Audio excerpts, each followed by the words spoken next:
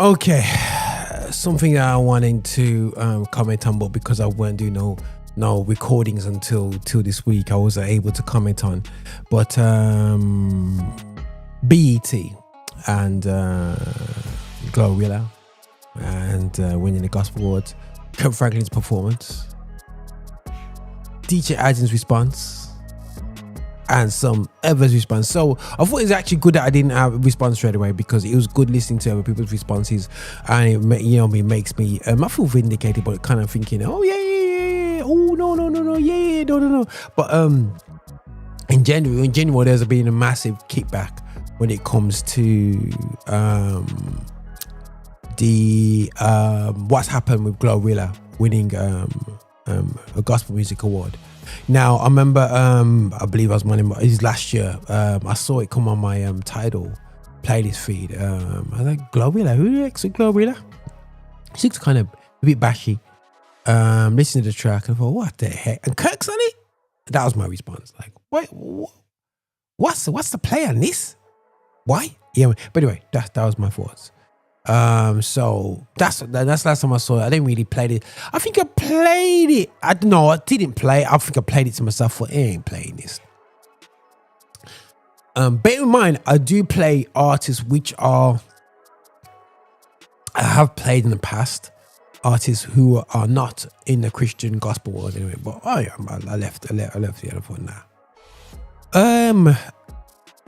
So thought nothing of it. Went to a YouTube video and thought, whoa, no, can't be back in this reverse. What are you doing, Kirk? I don't know. Maybe he got to send me the paperwork. I never saw a picture of it. I don't know, but I don't think so.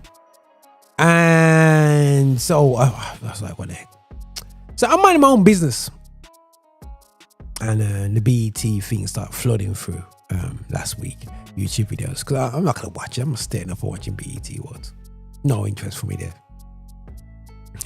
And I clicked up and I saw Kirk did a set, and I thought, ooh, okay, let me check out what Kirk did. And you know what? It was a very great set technically. He's Do It Again, his new song. Got a vibe. It's got that Kirky vibe to it. You know, it is a vibe.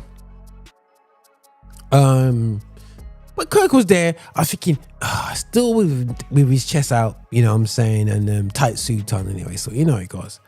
Must be a short boy thing. I don't know what it is with him going right now. But anyway, he's looking sharp and fit and healthy. And then I saw another feed come out about Kevin Hart going, yo, don't twerk up here. So I thought, ooh. So everybody's noticing he's kind of a bit overly dancing. And then later on my feeds, it come out that Glorilla won the Gospel Awards. I was like, with what? Is she gospel artist? There's questions there. And the sad thing is, how on earth? And Dietrich responded the quickest. You know, he was kind of, how are we not winning our own awards? And somebody comes along from outside and wins the award. Now, you could blame Kirk. Who do we blame? Do you blame Kirk for doing a feature? For making that track gospel? Now, people compare this to Kanye West, and I said this, nothing with this disagree, but you have to realize that Glorilla is not confessing Jesus Christ as Savior and Lord at all. She's not investing in gospel concerts and investing millions in choirs. She's not doing that. So it's not the same thing. She's blatantly on road and doing the gospel track. Simple thing. Yeah? Track ain't even all that from what I can remember. So I'm seeing Glorilla do this thing, and I'm thinking, yes, with Dietrich, I agree with Dietrich. But the problem is that our hedonistic approach to our Christianity is, God, I need to feel good in my life. Yeah? So whatever feels good, I do and I don't do. Yeah? A lot of comeback, an artist, which I know Lecrae shared it. So the rappers now, a couple of them are work with secular rappers now. Now, I'm not saying you shouldn't do that, but I like the way the likes of D1 does collaborations. It's not saying that he's holy valve than anybody else, but I like the way he moves with his collaborations, and I think that we need to take note of how he moves with his collaborations and take note of that. So for me, I rate a D1 for the way he does his collaborations and does it in a way, as you can see, is to collab with artists. And I could see that working. One of my friends was saying to me, no, we shouldn't work with him at all. So I separate. And I'm thinking, I've seen the benefits as well of working with people that at the time weren't Christian, then they became Christians, and I've seen this backstage and they become Christians. I'm not saying that's the norm. I'm not saying God told me before. It just happened that way for me, and I've seen it happen, and that's one of my guys to this day. But this Glorilla scenario is wrong, 100% wrong, and it got out of control now. And I believe that the gospel music and just the church itself, from a black standpoint, and I think this is where maybe we need to go back to just breaking the barriers and just calling everything Christian music, because people need to be reminded that gospel music is not just a sound or an art form done by black people that's a bit more inspirational. It's more than that. It's Christian music. And I think something, I'm not saying we do the way of gospel. I love gospel music of Black Origin. I love it. But in the day, so people have lost the original meaning of gospel, which is the good news.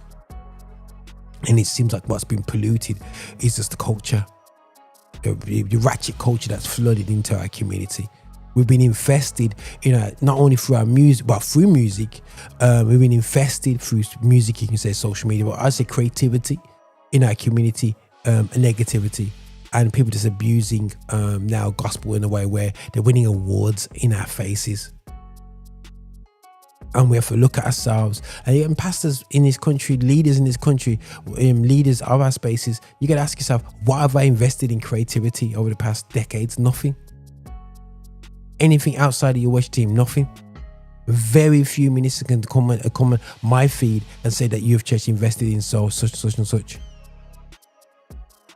You invested nothing, not enough, not good enough. So for me, we reap what you sow, and when you sow nothing, you get back nothing.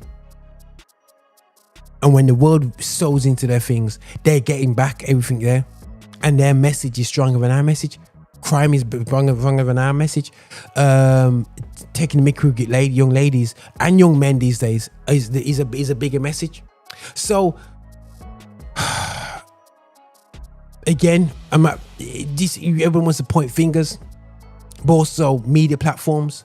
Do we push gospel artists, and every time there's a secular artist that does something, do we jump over it and throw it up there and big it up and play it like there's no tomorrow? But when we got our own talent, which is fearfully trying to serve Christ, we don't give them no platforms. We don't give them, what I'm saying? And I think too much time we shout out artists for doing, I'll call it a black street back in the day, they're black street WC, they'll do a gospel album, gospel track on their albums just to make things sweet, with the mummy or whatever. I don't know why they did it, what I'm saying? But nobody saw anything else but gospel track.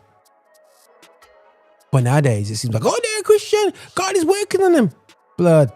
Listen, I don't quite think so. So sorry if I come across cynical, but it's not a great scenario with Glorilla. It's not. It really shows where we are with gospel and what I will see. And I don't think the UK is too far behind. I think knowing the UK scene as I do know, we're at the place that as an artist, and if you're not Christian, we've seen it with the Stormzy and all these guys. Yeah, and you can kill me on this. You know what I'm saying? I don't really care.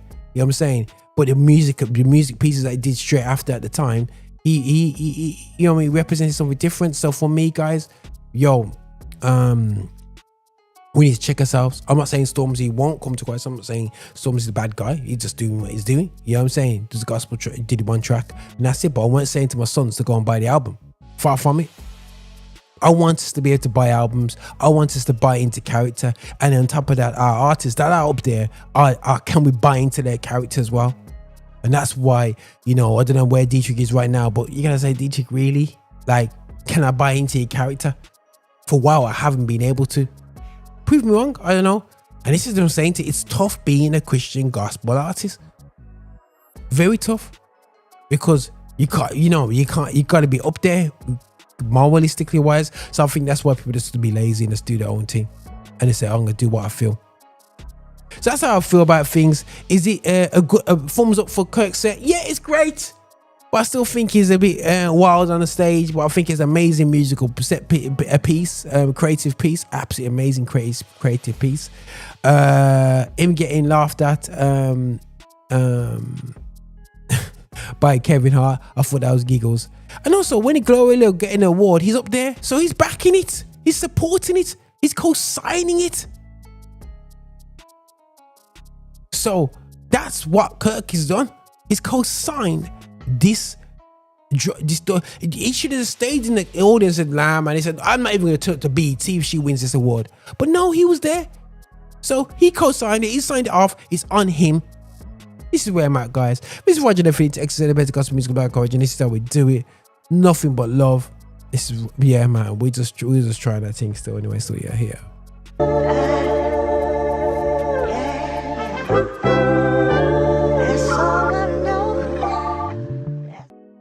Hi, and thank you for watching. Make sure you subscribe, you like, and you comment, and make sure that you're sharing the videos and watching so much more. We have loads of content for you. I